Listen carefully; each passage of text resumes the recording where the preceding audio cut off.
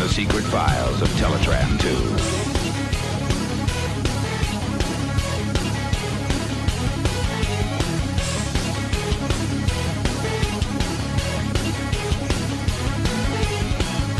Ladies and gentlemen, this is the files from Teletraan 2, and it turns out Skype has subtitles now. The one good thing coming from constant, annoying, painful, ridiculous updates. Woo! And those subtitles know what waifu is. Yeah, but and will hentai. Censor swear words. And hentai. And hentai, but they don't know what Raftalia is. They have Raf and Talia. No. And they're racist. And Gridman was Grid Man. Yeah. To be fair... Not even man. It was grid. That's true. To be fair, though, Mikey, you said 33 and a third, and it did replicate exactly what you said. The fucking racist. You will respect my people, especially in these troubled times. That's like the guy from Big Bang who has the lisp and he's talking to Siri. And it's like, I don't know, Bowie. What do you want? No, not Bowie. Bowie. That's you. You're Bowie. Wow. Bowie. Bowie. Bowie to Bowie. No, not David Bowie, there, of course. man? You're not David Bowie. Well, no, he's dead. Or, well, he could be. You could be the reincarnation of him. I am the Labyrinth. There you go. Ooh, meta. Yeah. I'm the reason there's a Labyrinth comic book. Oh, no. I'm not Which sure I there can is. approve of that. I know, but they're doing a Dark Crystal one as a prequel for that Netflix show. So. Mixed feelings. Very. Anyway, speaking of comics, we are here to talk about some. Now, just a bit of a warning, guys. This is not going to be done in individual issue formats. Mostly because we're doing Prime Directive for the Star Trek crossover and Gobots, and there's just not enough on either book to do individual issues. Yay! So we're not really going to do a number rating like we usually do at the end. We're just going to summarize our thoughts a bit. So, just because I would say Star Trek's hard to rate anyway, to be honest. And Gobots, I think you'll understand when I'm done. But yeah, also, word of warning. March is the month of supposedly the month of the reboot. We're going to have 2 issues of the new book to talk about. So the final issues of Star Trek and Gobots will be moved to the Patreon.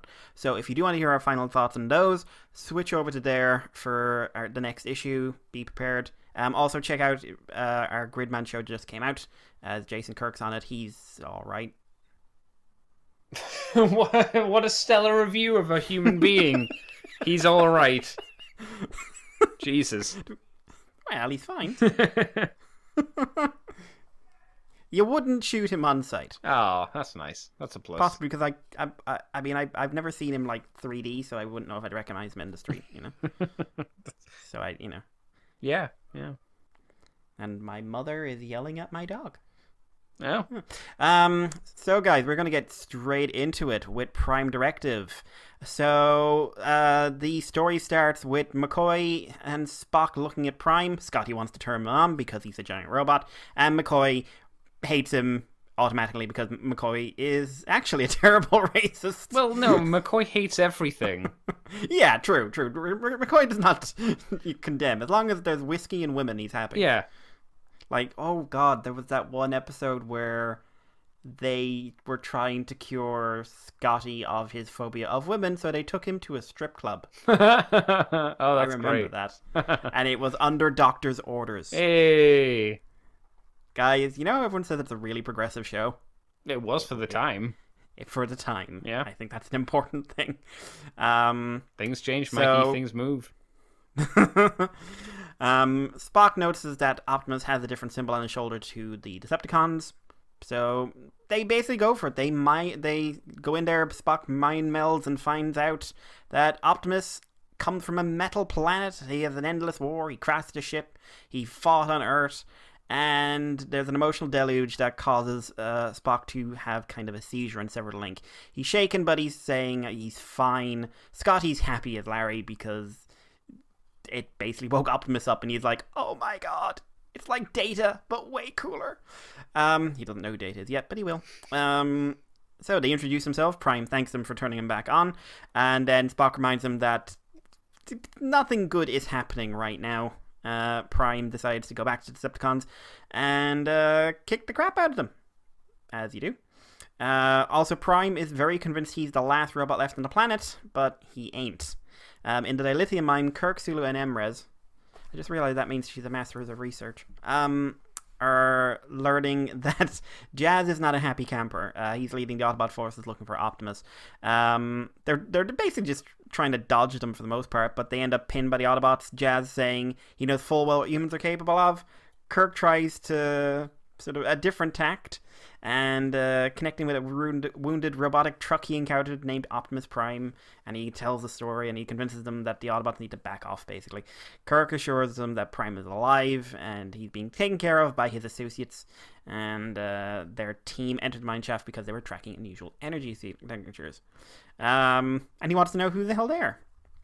Meanwhile, on a nearby moon, the Decepticons regroup inside Trypticon. Megatron basically gets to know the Klingons. He's not impressed, to be completely honest. Curry explains about the Enterprise, how it shot down their ship, and, wants to do Klingon stuff and kick the crap out of Kirk. Says they should join up. Starscream is very dismissive of them, believing that why the hell would we? But then Curry turns around and says, do you know anything about cloaking technology? It's always with the feckin' cloak with these guys. And there was no response of, yes, we've seen Mirage before. To be fair, Megatron would probably who?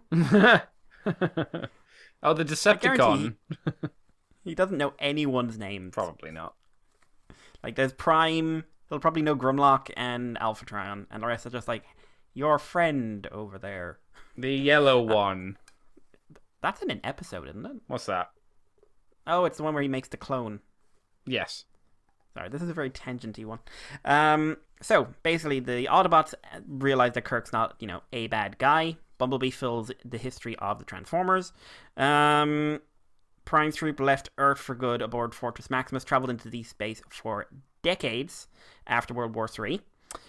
In search of fuel, unaware Decepticons had followed them in Trypticon. And then they basically caught up around Cygnus 7.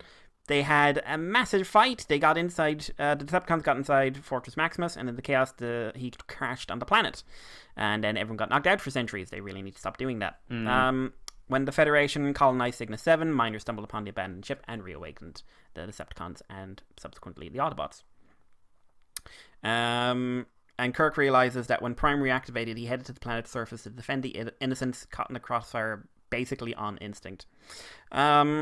Aboard the Enterprise, acting Captain Arix reports to Spock that he's followed Decepticons to their current base. When they arrive, they discover that there's an empty crater with a warbird decloaking it nearby, shooting the spaceship down, or shooting it in surprise attack rather. He sends out a distress signal, and then the ship is out of commission.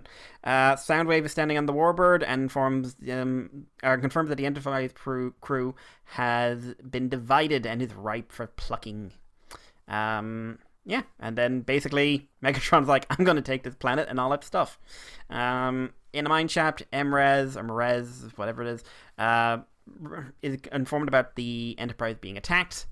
And with the mine shaft too thick to get a signal out, RC offers to take them up to the surface. Prime is on the way to the mine to regroup with the Autobots. Everyone teams up, and Arachnid shows up along with Starscream and Thundercracker, and they cause an avalanche that seals the entrance of the mine. Prime and his team are now taking shelter behind a fallen building. Scotty is worried about the entrance of the mine not holding up, and Kirk and the trapped Autobots weigh up their options. They're kind of screwed, but Ratchet thinks they have a plan to bring Fort Max back online. Moving on from there, the Autobots trapped underground, Optimus badly wounded, Starscream and Soundwave join the Decepticons and attack Cygnus 7. Scotty and Spock try to hold them off to some degree, but it's like throwing a rock at a barn. Optimus is injured, but he insists on protecting the people, despite McCoy protesting he's using his body as a shield for the miners. And they try to evacuate the Federation group, but they're in serious trouble. In the mine inside Fort Max, Ratchet finishes his adjustments to his inner workings so that Kirk can interface with him. Windblade's not too happy about this, and kind of like, is it going to kill Kirk? But Sulu's like, if anyone can handle it, it's a man with the ego the size of a planet, otherwise known as Captain Kirk. So Kirk merges with Fort Max, and he is kind of overwhelmed by the entire experience. Ratchet and the Autobots watch Kirk's memories focus on an object close to the present, the Starship Enterprise, and a disoriented Kirk returns to reality. Jazz commends him for his bravery. Ratchet explains next step: use the Enterprise schematics obtained from Kirk's brain to bring Fort Max back into fighting shape. On the surface of the planet, Starscream is gloating because that's what Starscream does. McCoy and his team weigh up their options. Starscream demands Prime face him or be destroyed. That doesn't seem like the best idea. Optimus naturally is quite happy to do this and offers to sacrifice himself if he lets the organics go. McCoy protests because McCoy. Spock already thought about this and has decided the most logical thing to do is to walk up to Starscream to announce a surrender, amuse a Klingon, and the Klingon is asserting dominance over the Federation, and Spock says they'll surrender as long as the miners go free, echoing what Prime has already said. Starscream being Starscream, unmoved, and he's like, I could just kill you right now. Before there is an answer, however, or before there's a move, rather, the ground starts shaking, and Fort Max comes out of the ground in the shape of the Enterprise. Everyone's kind of shocked, but then Curry's Warbird transforms and reveals itself to be Trypticon, and he starts attacking Fort Max. Inside Max, Ratchet is teaching Kirk how to use a special headset to take control of the ship. The Trypticon and Fort Max exchange weapon fires while Windblade and Sulu try to take on Ramjet and Thrust. Bumblebee and Merez take on Soundwave, and RC naturally goes after Arachnid. Eventually it all comes to a head when Megatron, but he's notes. Megatron and a bunch of Decepticon Klingons show up, and Megatron does what he does and shoots Optimus in the back. Klingons are ready to bring the Federation miners in and execute them, and Kirk decides to bring Fort Max into the game full body. He transforms, and suddenly it's no longer Fortress Maximus, it's Fortress Tiberius. Ooh. Yeah. Little bit of a cringe. And that is where this chunk of the episodes, our issues, ends. This summarization thing is annoying. Andy. Yes? Let's talk about before we actually get into the issue, what did you think about the Fortress Tiberius design? I mean, because I heard Aaron on TFW, he's a big Trekkie, and he weren't impressed. I mean, you know what it reminds me of, and you can either take this as a compliment or an insult, depending on how you feel about this toy line. It reminds me of the Marvel Transformer crossover toys. Yeah. If you remember those. From my perspective, that's not a good thing. But it does kind of look like... I mean, the Enterprise can't... Like, the shape of the Enterprise can't really make for a good... chunky robot like Fort Max. Yeah. It just doesn't have the mass to make that kind of robot work unless you do a lot of mass shifting, which is the only way that this works. It's like, I guess the source is his chest and arms. What's his legs? Are his legs meant to be like the underside of the ship? Yeah, I don't really know. No, and then it's obviously like the engines are just stuck on his back. So yeah, it really feels like the entire ship is his upper body, and just his upper body, and his limbs are just materializing out of nowhere. The thing that confused me more so than the Tiberius thing, which was I kind of knew was coming because I saw in previews and people talking about it. Not that I really minded. Was okay. So he's formed out the Enterprise. That's fine. I may not like the design. I may not love the design. I may think it's a little bit on the silly side, but somewhat appropriate, I guess, for the comic. But Trypticon, he is a D5 battlecruiser. He's a Klingon ship, at least. Yeah. And he just looks like Trypticon. Yeah, I was about to bring that up. I really don't like that. No, it's maybe it's because of the design of the Klingon battlecruiser that it just wouldn't work to make into a dinosaur, which I'm sure it wouldn't. But then why go to the effort of making Fort Max have a unique design if you're not going to do that with Trypticon as well? Yeah, and it's weird to imagine just Trypticon going from his normal form into a warbird. It just it's weirder than Fort Max. Yeah. Like, I would, like... they were around at the time, but I don't know if the Romulan ships were there. Oh, not, actually, yeah. Hang on, I've been saying Warbird. Yes, wasn't it Birds of Prey? It's Birds of Prey for the Klingons and Warbirds for but technically Romulans. it's a D5 battlecruiser, so it wasn't ever called a Warbird or a Bird of Prey. So it's a Bird of Prey. No, it's neither. Hang on. Oh, okay. The Bird of Preys are just in next gen. As I push the glasses up my nose. Oh, yeah. Wow. as far as I'm aware, and if someone out there I know Jason Kirk's a fan of Star Trek, and a few other listeners, I'm sure could. John Barber just sitting there going like, "That's not no." John doesn't listen to this shitty show. You know what? I know he used to get annoyed when we called him Captain Continuity, so I think he does sometimes. I probably doesn't now because he's like editor in chief and has like a job. But no, that's transmissions. That's transmission's fault. That's not our fault. We came up with it. No, we didn't. We did. Shut fact, up, I think Mike. me and Adam came up with it. It was definitely Adam. Definitely Adam. Either way, yeah. I if you're gonna go this way, make Trypticon have a unique design as well, even if you have to change how he looks in robot mode. Because you may as well, just to make it fit. Also, how big is the Enterprise now? He's like the size of a... Is he the size of the Enterprise, or is he the size of a city-sized Enterprise? Well, I don't... I'm looking at like the picture, like Jazz... He looks like the size of a combiner. Yeah. So he's quite small for Fort Max, for when you're going Giant Max. Yeah. Obviously, this isn't stuff we're meant to think about, because this isn't isn't the stuff that they want you. It's a cartoon, and for an 80s cartoon, which this is clearly emulating, they don't want you to think about scale. Remember Devastator and Bruticus? Do you remember the season 3 episode where Bruticus was alongside the Combaticons? Do you remember the episode where Bruticus was just standing next to Galvatron at head height? Yep. Yeah, I think that was Sandstorm's episode, wasn't it?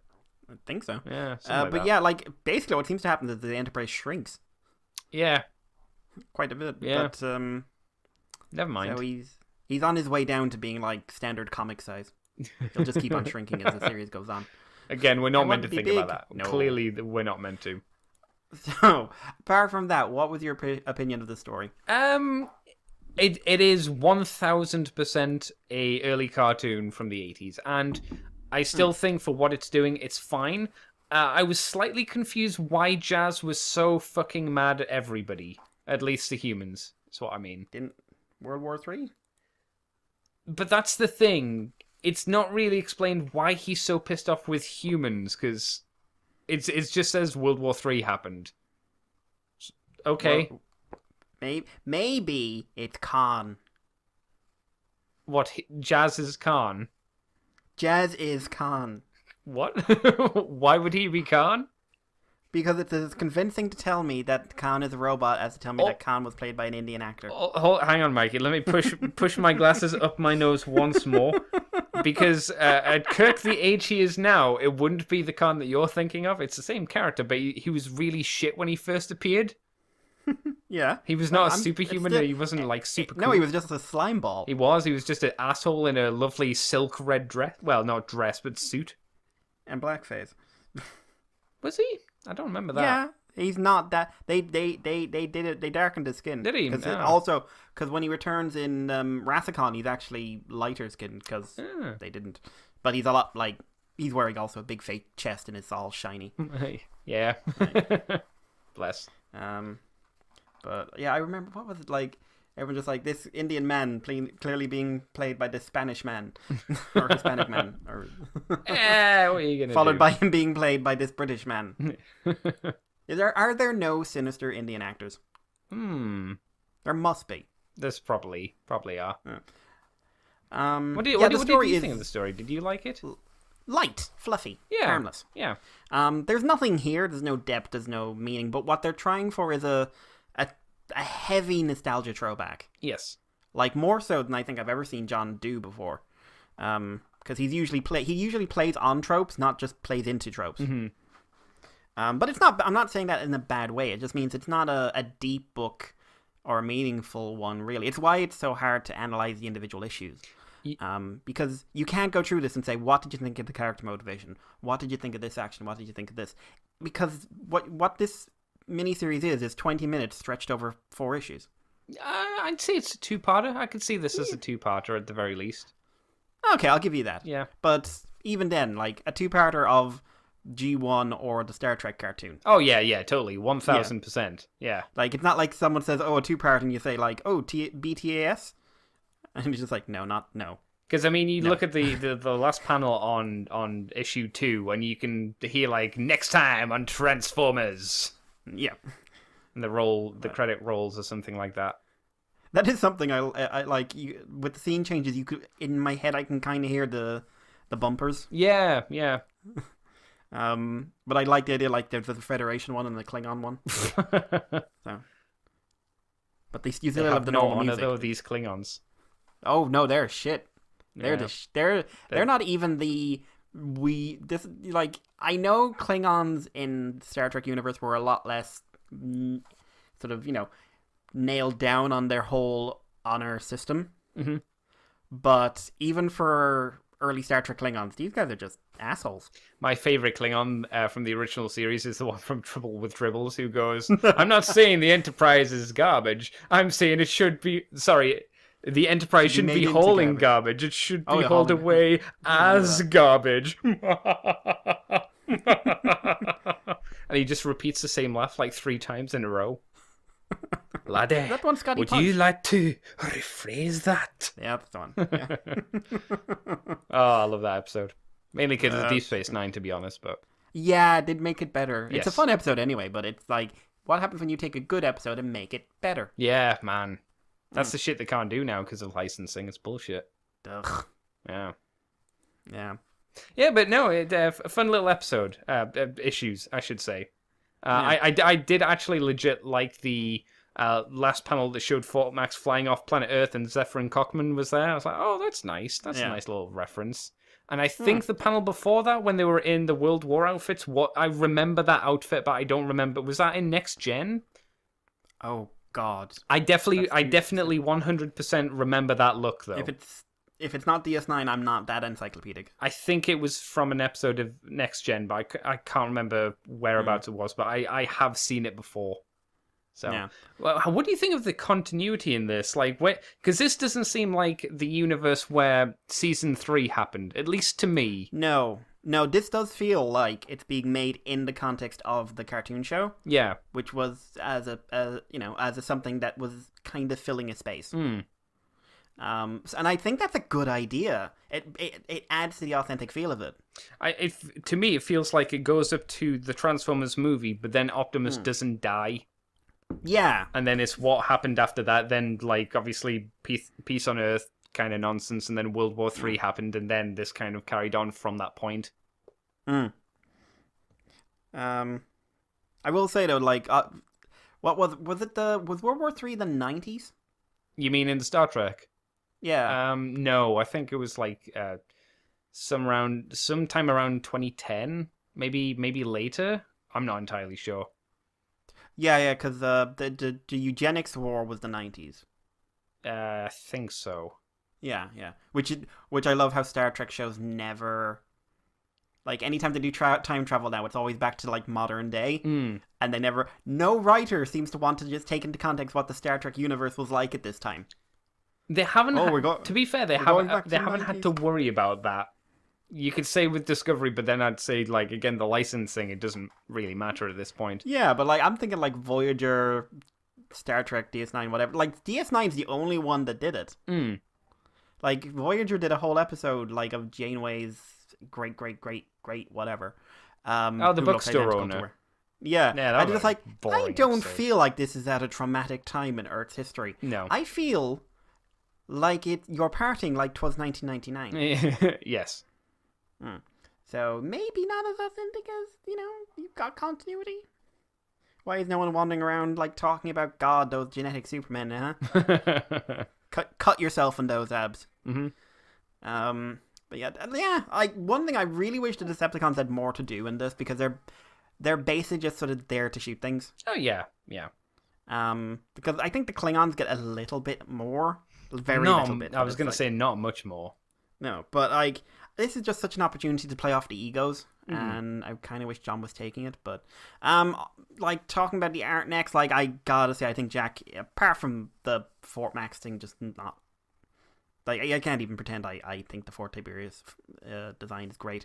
But I think overall he is really capturing the looks of both shows. It was obvious that the art style had changed dramatically from issue 2 to 3. I will say that I can't remember offhand who did issue 1 and 2, but they didn't draw Bumblebee's face well. No. Jack does get Bumblebee's his face design correct, but there's a few other things that Philip Murphy. Oh. Philip Murphy was doing the other issue. I think overall I prefer Philip Murphy's style, but Jack's was good. I preferred this a lot more than when he was doing Lost Light. A lot more. And for some reason I don't know whether it was an artistic. Whether it was him doing the pencils and the inking and whatnot, or whether it was the colorist. But on the issue 3, it looked very much like cell animation, like the characters were distinctly separated from the backgrounds. You know how they used to do shows. You know how you had an arted background and then you had the cell over the top. It looked to me like that, especially with the zoomed-in guided view. And I don't know, I don't know whether that was a drawn thing or whether that was a colorist thing. Either way, it's not a bad thing. It was almost like 2 different animation studios had this.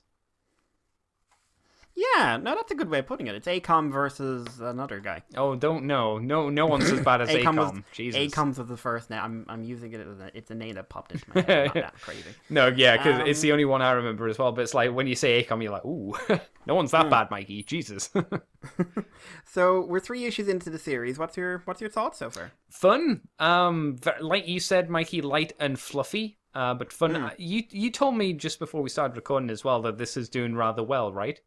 Yeah, they've actually got an extension. It was originally solicited as 4 issues, but I think around the time issue 3 came out, they were given permission to add a 5th.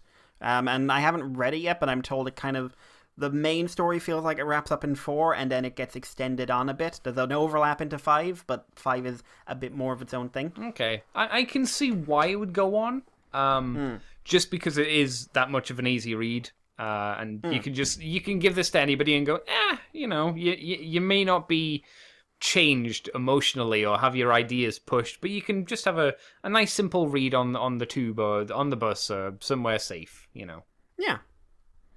Find your safe space. Yeah. Jesus. Also, in that case, I just want to say on the open channels at the end, I just quickly looked through them. The pictures of Data and his cat are fucking creepy and scare me to my soul, especially Data.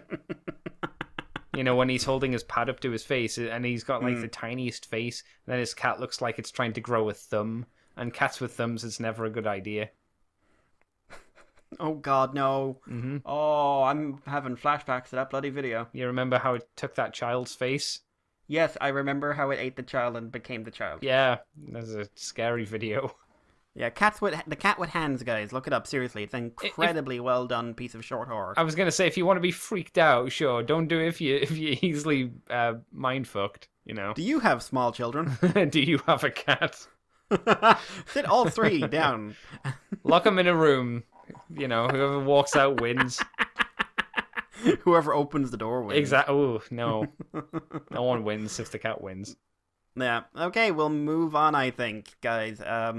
Yeah, I don't like. If someone had told me this was going to be a 12-issue series, I would have kind of walked out the door. Yes, kind of like I did with G.I. Joe vs. Transformers. But I think like 4 or 5 issues, it's a nice, simple run. Yes, I'll go with that.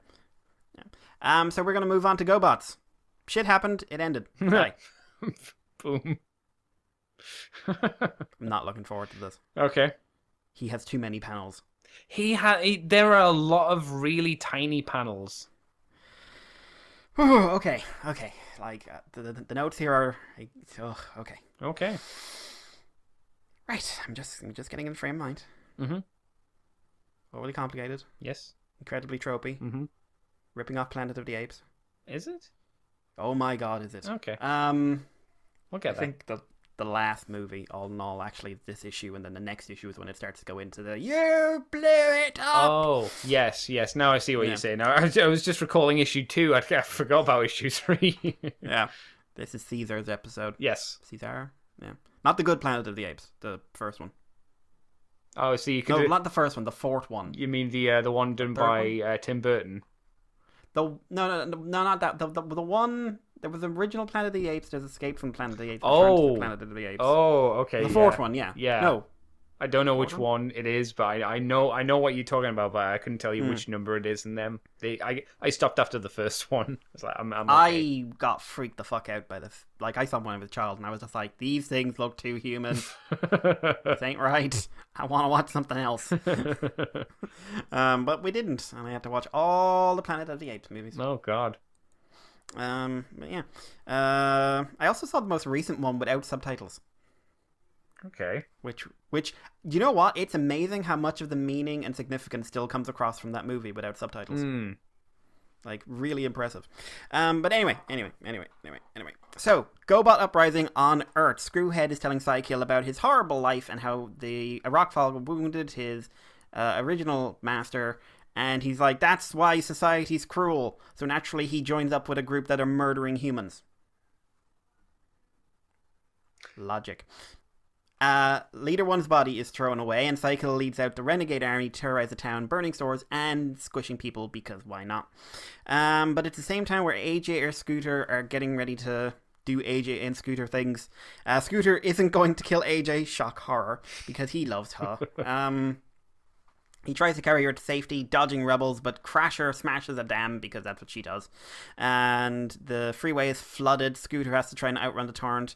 And they meet up with another human survivor, Matt Hunter and Turbo.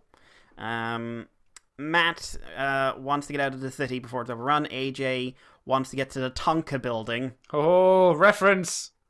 Maybe they can reverse the degradation of the G chip that made them all run crazy and ignore the first law of Gobotics. Reference? Matt's not convinced, but police cars show up and then they turn out to be Gobots and try to kill them.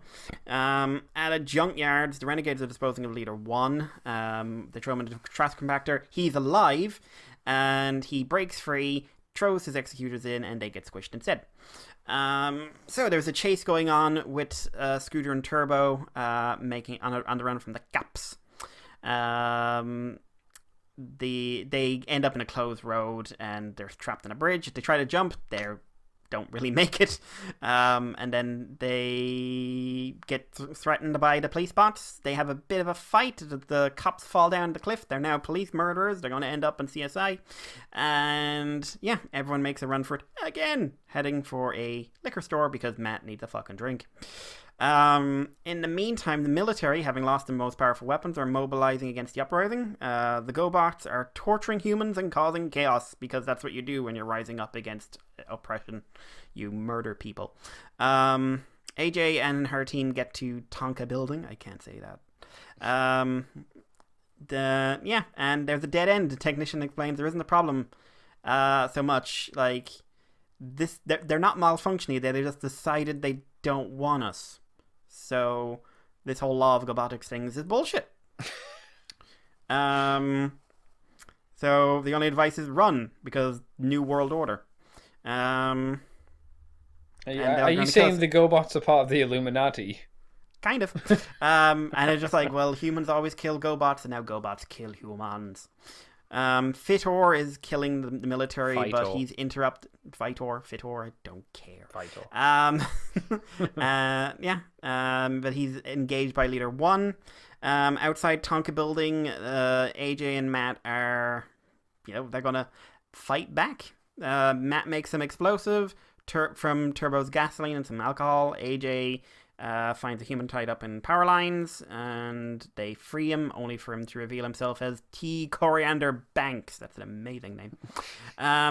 Banks explains he caused the revolution by hiring a Goboticist to tinker with their violence set. They have violence settings. Why do they have violence settings? They thought basically the first law would protect them from enhanced aggression, unaware that the US military had been suffering the first law with their own hardware so the Gobots could use lethal force. So basically that just basically means that you fucked up. Yeah. And Cykill was born from all this, and from that came the rebellion. Banks dies, because naturally does, and then his limousine Stretch lumbers up. Does he die? Succumbs to his wounds, was the way I put it. Okay, because I couldn't tell he died, to be honest. No, he died, Andy. He's not there anymore. Yeah, but I That's mean... what death is. You disappear. He goes, I never thought Stretch would turn on me. And then just kind of... And then he was a GoBot all along. But it's weird because it's a shot of his face with a little ooh mouth, and then the next shot is Stretch, and then we never see him again. So did he die? Fine. He climbed inside Stretch. Okay. He's a GoBot. Okay. I mean, he's definitely he's a dead headmaster. now, but... Yeah. So, so our heroic team basically just gets caught in a big fight with the Renegades. Crasher and Copter capture everyone, and they are kind of fucked. Because Cykill shows up, torments AJ, humiliates Scooter in a really uncomfortable, almost sexual scene. I thought that as well, and I was like, am I the problem here? Is it me? No. No, it's the children's fault. Yeah. This felt less like a torture scene and more like... just one of those scenes where you feel like do you know, easiest example, Maleficent, her wings getting cut off was supposed to be about sexual assault, right? Yes. It's the same thing. Yeah. Except with tire spikes. Yeah. Yeah. To ride or to be ridden, Mikey. I was Time so to get uncomfortable with ridden. that. I didn't like that. I didn't was like that. weird. I don't like Scooter, but I don't like that. And he was made to drive into the a plethora of those little juts that stop your cars being able to drive into factories, so it pops the tires. Way. Yeah, the wrong way, but they were everywhere. Why? Where were they? Were they like a testing facility for these things? Like what? Did I just make GoBots drive over them constantly?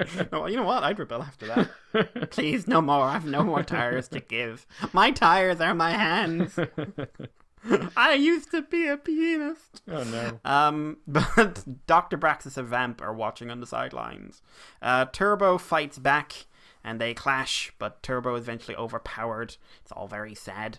And then Leader 1 arrives with a vast army of Gobots, and they basically face off. Matt and AJ make a run for it.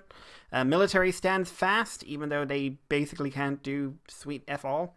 Yeah, and it comes down to Leader 1 versus Cykill. It's a bit of a trouncing, but Leader 1 comes on top, and Cykill basically says, like, all you're going to do is go back, you're going to do this, and then humans are going to rule whatever, and you're no different than me, because what you want is this planet. And then this part of the story basically ends with Leader 1 hesitating as to what he can do, and he ends up holding the dead body of Nick Burns as well. All very sad, knowing his next words will change the course of human history. Yeah. I'm sure he'll make the right decision. I'm sure. Next time on Planet of the Apes. Yay! Because we suddenly end up in space!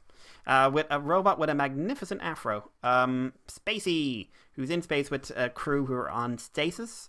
And they have hit a massive metallic world, and they're all very curious about it in a very scientific manner. And then they get attacked by gigantic insectoid Gobots, of all things. Do you know who they are, Mikey? I thought I did. Are they the ones that make that combiner? No. Later on, those ones appear, but this is Pinch and Scorp. Pinch and Scorp. Right. One has pinches, the other turns into a scorpion. I actually think I know Scorp. I don't think I know Pinch, but I think I know Scorp. Yeah. Pincher. Gobots aren't cool. Somewhere Jai is just like stabbing a table. Did you hear that? It was the sound of re. So yeah, Spacey saves them from being murdered, and he helps his human companions to escape by falling off the edge of the world, because it's a weird planet that is a partially completed shell or a half-eaten apple. Yep. Built around the seal remains of a smaller world. Ooh. Right. Then they get attacked by more Gobots, and it's all very freakish. And it gets even better, because then Zod shows up. And Zod, I remember, he's a gigantic monster with wheels. And Spacey does his best to escape him, but he's breathing fire. It's all very dramatic. But then more Gobots show up and knock Zod tumbling over a metal cliff. And the rescuer is Leader 1 with a new design. And his retinue. His royal retinue. And, yeah, he's summoned to the command center. And, yeah, it's kind of weird because Leader 1 is basically king. And they don't know the humans are inside Spacey, and Spacey is basically told he's going to the brig and will kind of be used for spare parts. But Spacey, after being put in prison, Spacey releases the humans to escape into the ventilation system. They're crawling through the command center, and they pass Leader 1, who's having a meeting in his throne room to talk to delegates of the Trade Federation. So they're very critical that Leader 1 has become a tyrant, crushing the sentient on the planet, and yet he's losing control.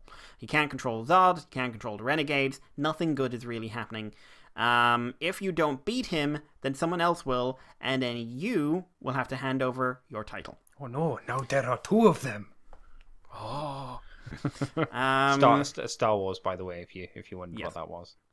I was saying that for the people.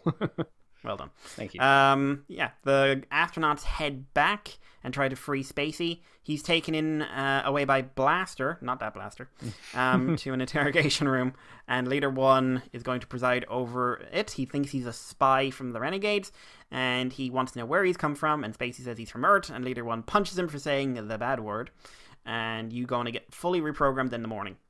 At night, Leader 1 is having a vision where he's being visited by Eno, a dark angel, who is mocking him for being a tyrant. Eno, he needs to find Eno being a reverse of one. Leader 1. Maybe No, it's Eno Reader.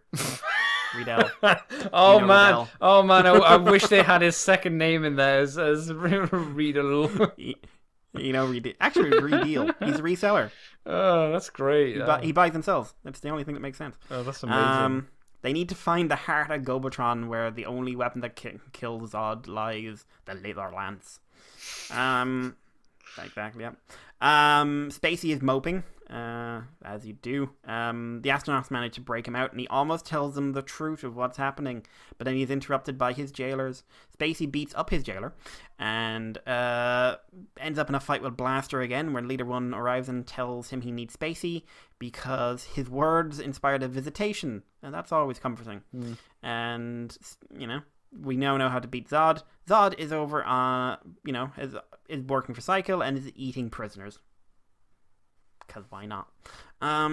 Leader 1 and his team head out in the command center, and Spacey is trying to cozy up. His astronauts are like, oh no, he's turned on us. No. And they're also trying to figure out why these Gobots know English. They should also probably be trying to figure out why there are Gobots in space. Considering they're a human-made product by Tonka. The Tonka company. The Tonka company.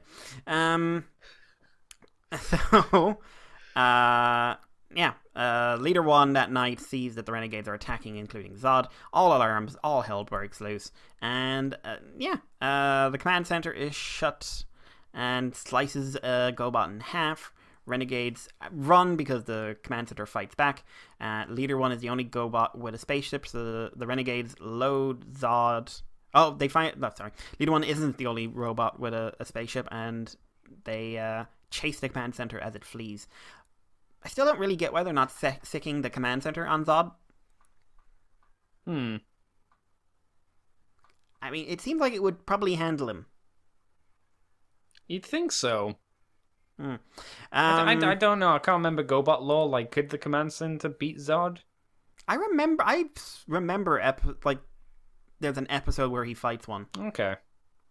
I'm almost certain. So the two ships get into a big fight. Spacey's crew freak out and eject from the Gobot in his lunar lander, and they're intent on heading back to Earth with or without him. And Spacey admits that you can't go back to Earth. because you've been in cryostasis for years. And the Earth, is not there. They blew it up. So, yeah. They jump to hyperspace. Or they plan to jump to hyperspace, and Leader 1 and the others take to the sky to keep the renegades busy. Spacey takes a bad hit. It works, and Cycle's a bit confused, wondering where the hell they've gone. But where they've gone is the far side of the planet. Ooh. Preparing to breach the final metal layer that separates the planet from the heart of Gobotron sealed within. So they touch down on the heart, and Spacey and the occupants realize that, what the hell? The soft ground, it's just normal ground. But it's also is a normal ground you can think in. They fall to a deeper level of the planet, and they meet two ancient Gobots, Turbo and a babbling, childlike, broken-minded, probably accurate to the show, Scooter. And it turns out, Andy, that something's been fishy. What's fishy, Mikey? Well, Turbo thinks Spacey is holding humans hostage and forces them to be freed. And then they are made to realize that all this time, Earth has been Gobotron. Oh my god. And they're gonna kill me too. Oh my god. And that's the issue. And that's the story. The last panel where it says, "This is Earth." Yeah. Do you read that as like completely deadpan? Yeah. This is Earth. This is Earth. But it's like no one cares. Because no one does. This is Earth. Yay! We're home, guys. Yay. This is a weird comic. So, well, it's gotten into the Tom Scioli weird anyway. Yes. We Like, for 2 issues we did wonder where it was. Yeah. Thoughts? Wait, I mean, can you give me a better place to start? Because I don't know where to begin, really. Yeah, these are two very different books. Yeah. From the same series. And yet not a lot to either of them, oddly enough. I'm going to get my one out of the way. Okay. And I'll let you summarize. So these are incredibly tropey. Do you feel deliberately so? I don't know. I don't know, because Tom Scioli made a name for himself with G.I. Joe vs. Transformers because he avoided a lot of the tropes and went nuts.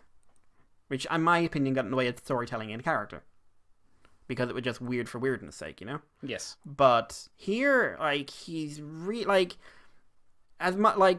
the entire plot is now Planet of the Apes. Not even joking, the entire thing runs that way. I've seen a preview page from the next issue, and it's got humans who have evolved into a simplistic way where they can't really talk. Oh, really? Okay. And are being hunted by a Gobot. Spoilers. Yeah. Spoilers. Again, Planet of the Apes. And I haven't read it. I just saw that page, and I was just like, oh, of course. And I have a very... it starts with the robot uprising thing, which plays very straight and doesn't really push any buttons. Then it switches into kind of the like I said, that Planet of the Apes movie. And now it's just Despot King stuff. There's very little originality in this book, and people are going to say, oh my god, this is so original. Just no, this just isn't Gobots. Which is original for Gobots. As a story, there is nothing here. I mean, it's weird at times, and that's all. I hate the panel layout. I hate it so much. It really hurts. It really hurts the art, for one thing. None of the characters really get me because the characters aren't supposed to. It's just weird for weirdness' sake. There's that weird bit with Cycle and Scooter. Which is, I will say, the most empathy I've ever had for Scooter, so well done there. Without talking about the art, I just have very little to say on this book, and very little positive. I'm really not enjoying reading it. It's getting decent reviews, but I think it's getting decent reviews for the same people who give it G.I. Joe versus Transformers decent reviews. I mean, that would make sense. If the same audience...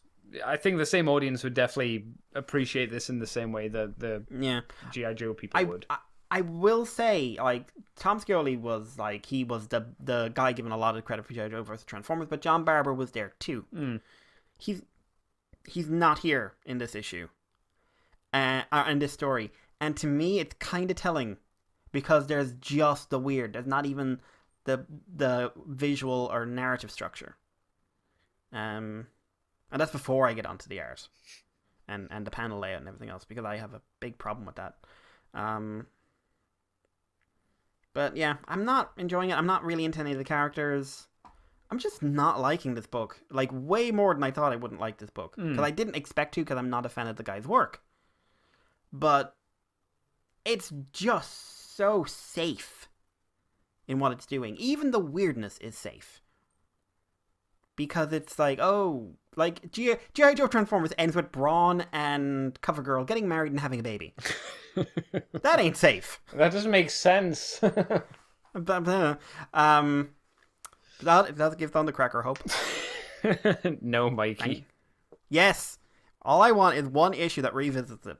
Well, I suppose, what about the Scorponok baby thing? I mean, that could work, I suppose. Yeah. They adopt her. Ugh.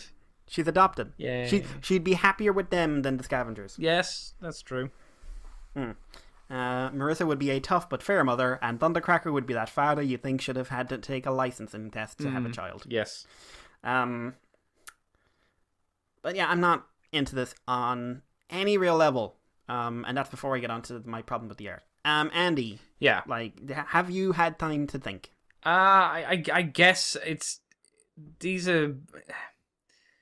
I remember reading these, and granted, we're not talking about the art just yet, finding it quite hard sometimes to follow what was going on. There was a lot of talking in some of the pages as well. A lot of just word bubbles.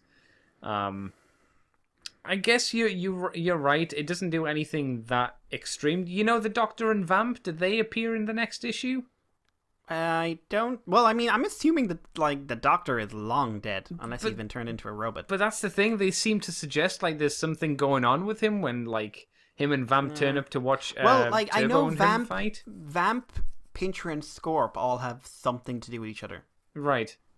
As far as, in the general Gobot fiction. Oh, right, yeah. Yeah, definitely. So I'm assuming there is something going on there.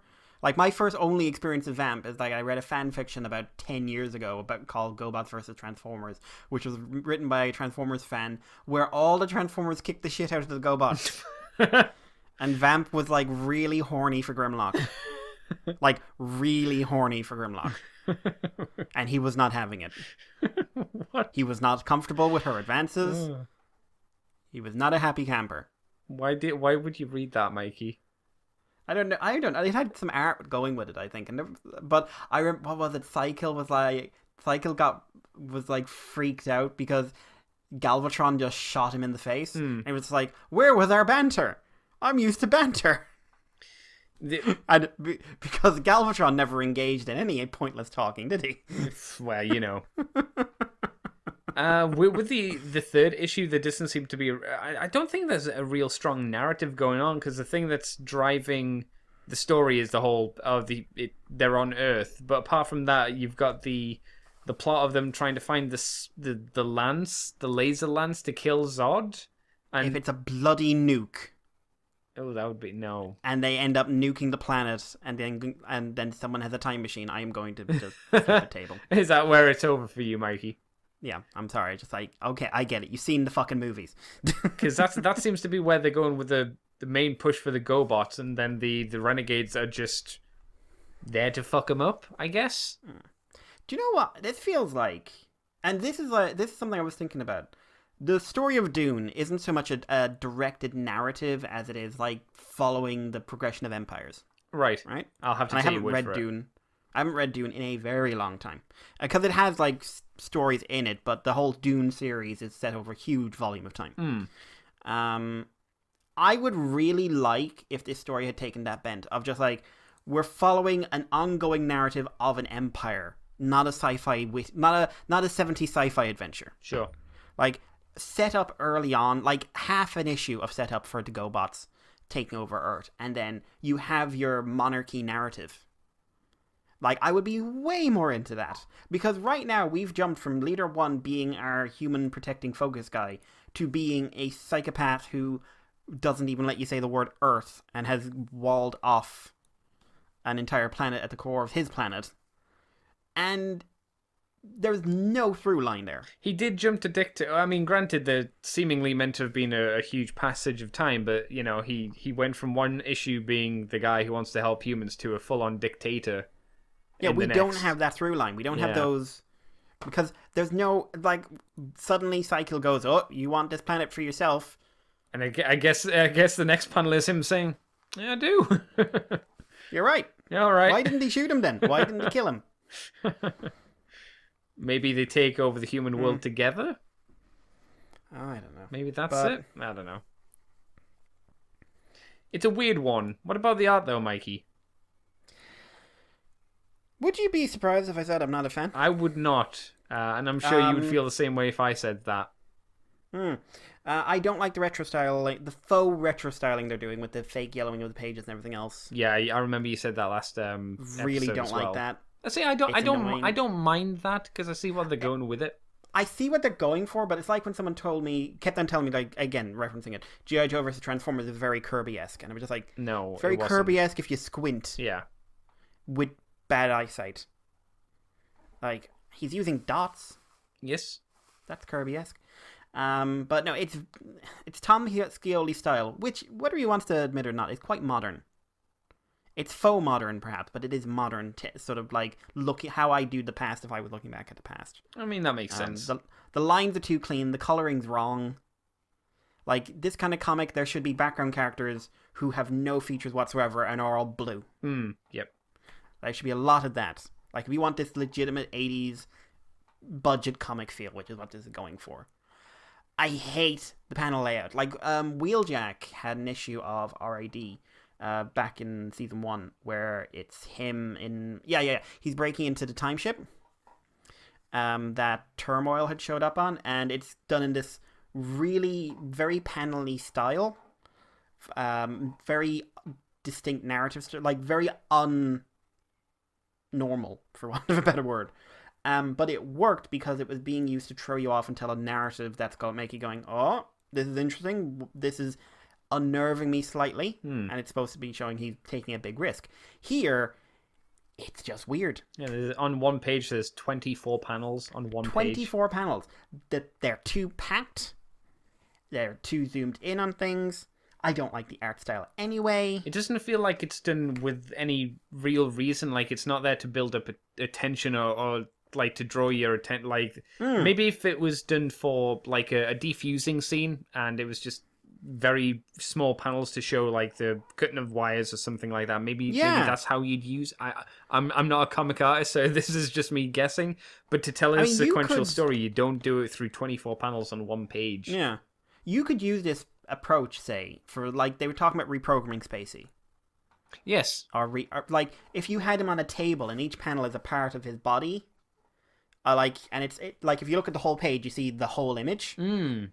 But not 24 panels, but every individual panel part of the body, and you're making sure there's something in each of those panels that's drawing your eye. Yeah. There's a word bubble in some. There's an important item. There's like the humans hiding under a table. That could be interesting. Like that. Yeah. I think that would be. That's how you would do something like that. How you'd grab me.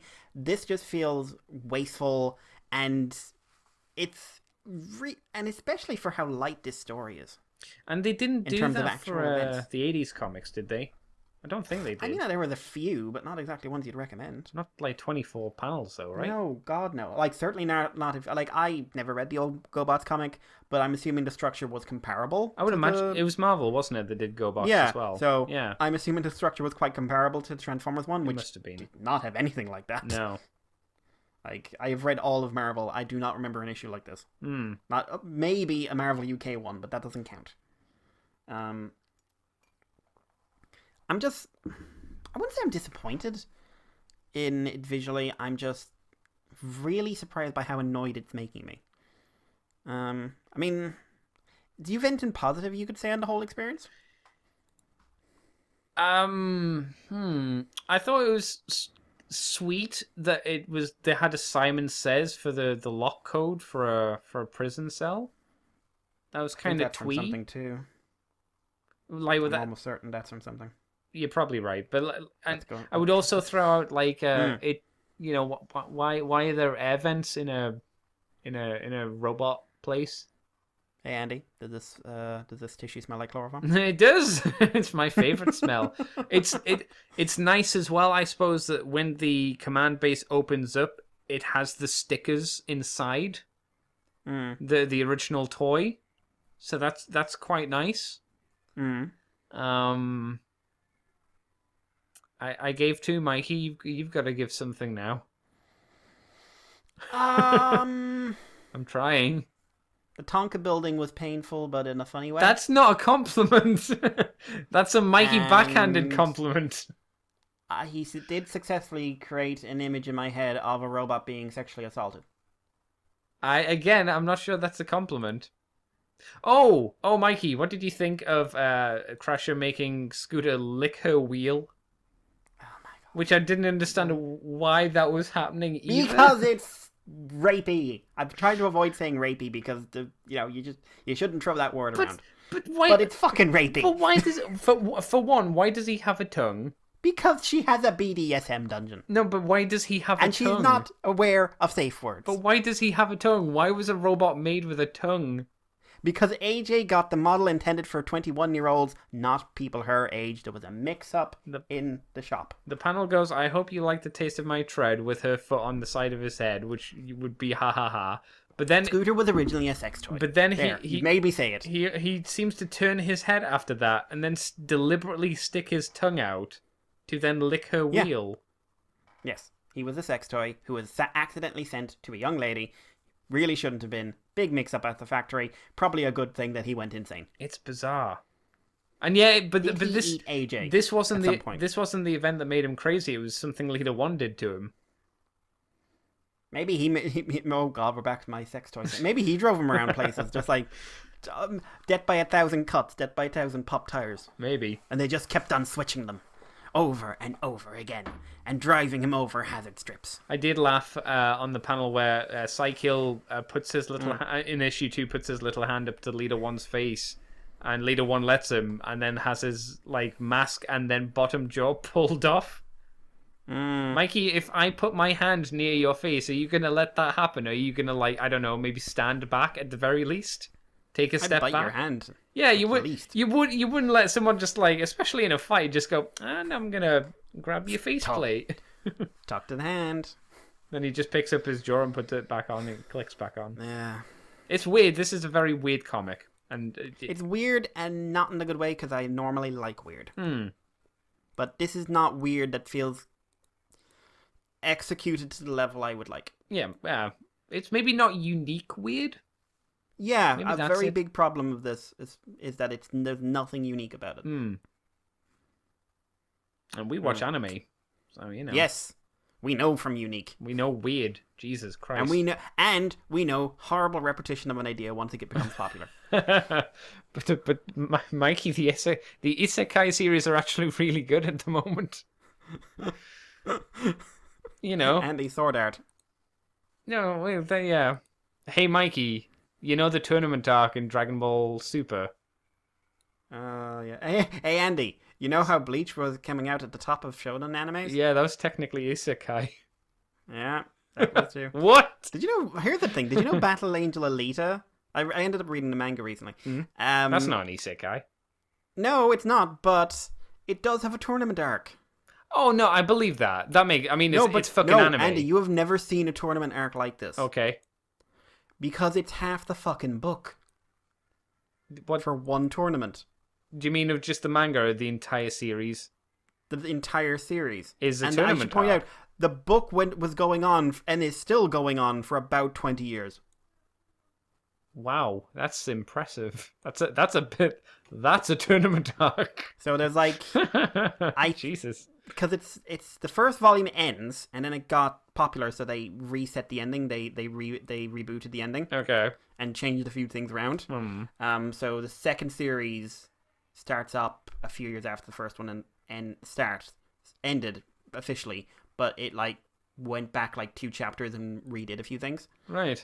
And then it sort of starts for a good few chapters, just and it's Elite in the desert. And then suddenly it's a space tournament. Yay. And it's that way for the rest of the book. And literally the rest of the book. Yay.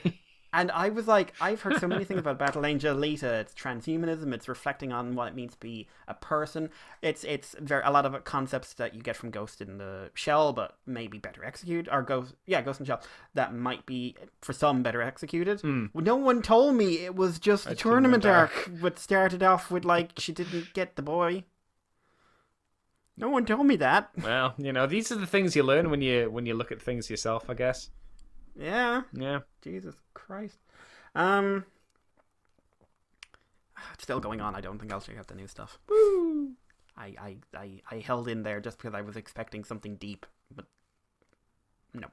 I have nothing else to say in Gobots, do you? No, I'm done with it, I think.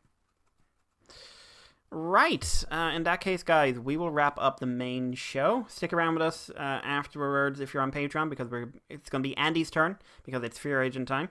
Woo! With an interesting volume, to say the least. Guys, if you are interested in hearing our Patreon extension, please consider joining up on our Patreon for $2 a month. You get the extended comic book show. You also get the Moonbase Woo Woo, and you get any interviews or anything else we do a week early.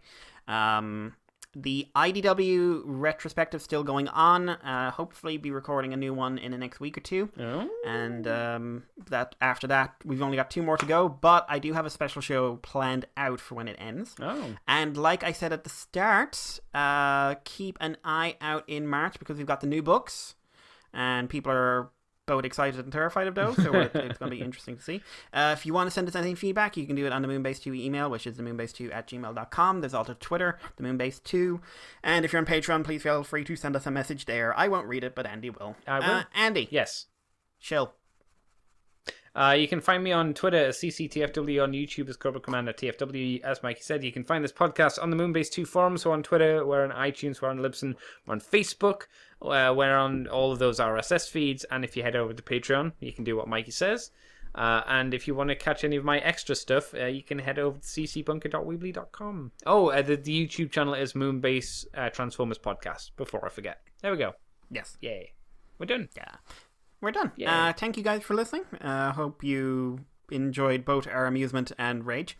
It was not really rage, it was just confusion and apathy, I think. Apathy. Yeah, I don't have the energy for rage. It hurts. It's too much work.